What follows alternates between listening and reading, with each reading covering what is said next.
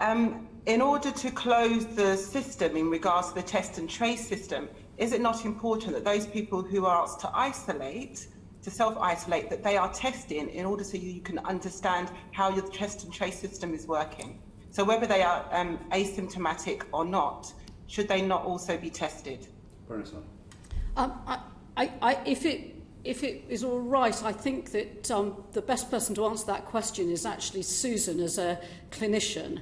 As I said, we are currently running pilots exploring exactly that, but operate under the clinical advice that at the moment it's important that people isolate for the full period of time.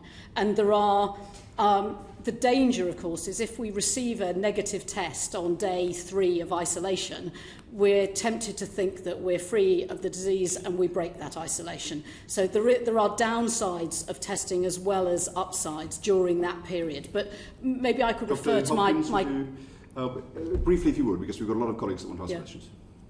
Of course. So I think we're looking at a variety of approaches at the moment, and the first thing to do in looking at these approaches is both to model the approach, and we have asked SPIAM to look at various aspects of modelling: shorter duration periods, shorter durations with testing on a single day, or shorter durations with testing on multiple days. We will then test those in the field, because actually this is new and novel, and this is not being done globally, so we cannot learn from other global partners.